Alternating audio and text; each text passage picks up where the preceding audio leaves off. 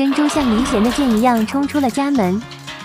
丢丢知道要等人一起走，冲出去后又回来等我们。只要出去玩，狗子们就高兴的直转圈圈，尤其是这活泼的珍珠转个不停，绳子都绕到一起去了。孩子带丢丢走台阶下去了，珍珠傻眼了，他腰和后腿断了，不能走台阶，只能乘电梯。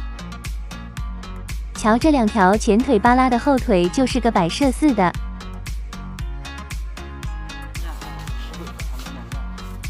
后腿明明可以撑一下，他却完全不用。珍珠，可能两条前腿嫌两条后腿慢了哈。珍珠现在比以前听话些，松开绳子不会乱跑了。珍珠这以前乱跑叫他都不理，现在叫他会回来。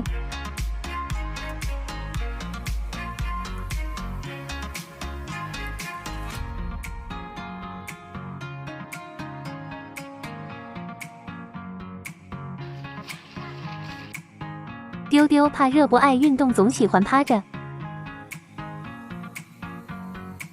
珍珠跑够了前腿，也累了，用后腿撑着站一会儿。只休息了片刻，活泼的珍珠又动起来了。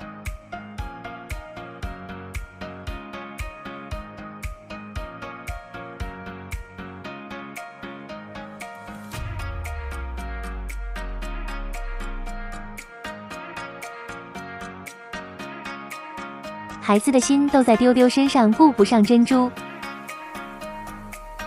珍珠这是自由活动哈，看见了啥又想跑。天太热了，玩一会行了，赶紧回家吧。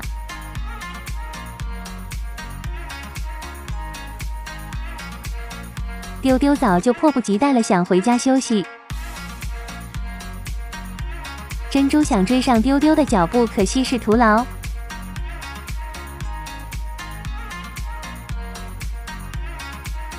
跑到门口还恋恋不舍地再朝外面看一眼，心在外，但两条前腿也急着回家哈。